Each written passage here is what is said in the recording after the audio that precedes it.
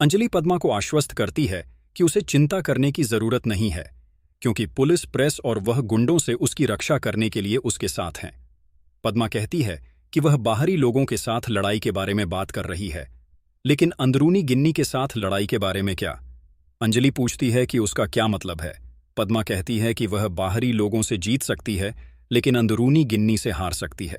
अंजलि कहती है कि वह कभी हार नहीं मानेगी और गिन्नी को जरूर हराएगी। गणेश एक चाय की दुकान पर जाता है और विक्रेता से उसे चाय पिलाने और बिल उसके खाते में जोड़ने के लिए कहता है। विक्रेता का कहना है कि उसका बिल साफ हो गया है। गणेश पूछता है कि इसे किसने साफ किया। गिन्नी उसके पास जाती है और कहती है कि उसने किया है।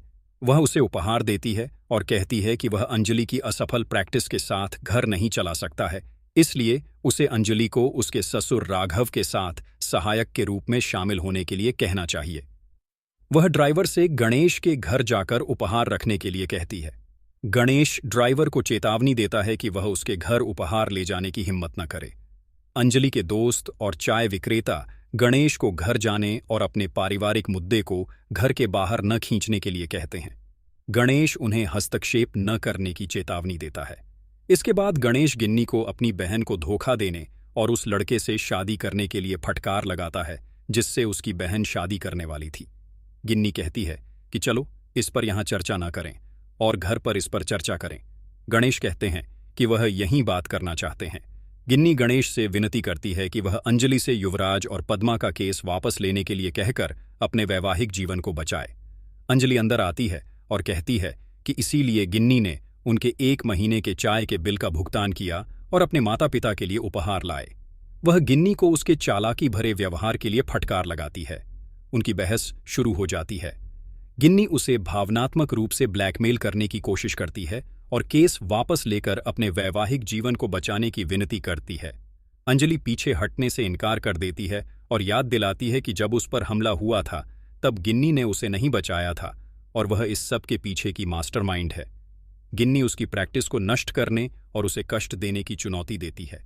अंजलि उसकी सभी बुरी योजनाओं को विफल करने की चुनौती देती है। इसके बाद गिन्नी पद्मा को भावनात्मक रूप से ब्लैकमेल करने की कोशिश करती है और उसे अपने साथ घर लौटने का अनुरोध करती है। पद्मा मना कर देती है और पूछती है कि जब युवराज और उसके गुंडों ने उसके साथ छेड़छाड़ की और हमला किया तो वह कहाँ थी। कहती है कि यह अंजलि थी जिसने उसे बचाया और उसके लिए लड़ रही है। गिन्नी गुस्से में उसे थप्पड़ मारने की कोशिश करती है। अंजलि उसका हाथ पकड़ती है और उसे जाने की चेतावनी देती है। इसके बाद गिन्नी गणेश को फिर से भावनात्मक रूप से ब्लैकमेल करती है। गणेश परेशान हो जाता है कि वह अपनी बेटी की मदद नहीं कर सका। अंजलि पद्मा को आश्वासन देती है कि वह किसी भी कीमत पर उसकी रक्षा करेगी। घर पर अमन कमला देवी के पास जाता है और बताता है कि कैसे अंजलि उसके प्रस्ताव को स्वीकार नहीं कर रही है और उसकी बहनें उस पर हंस रही हैं। कमला उसकी टांग खींचती है और फिर उसकी मदद करने के लिए सहमत हो जाती है। नाटक जारी है।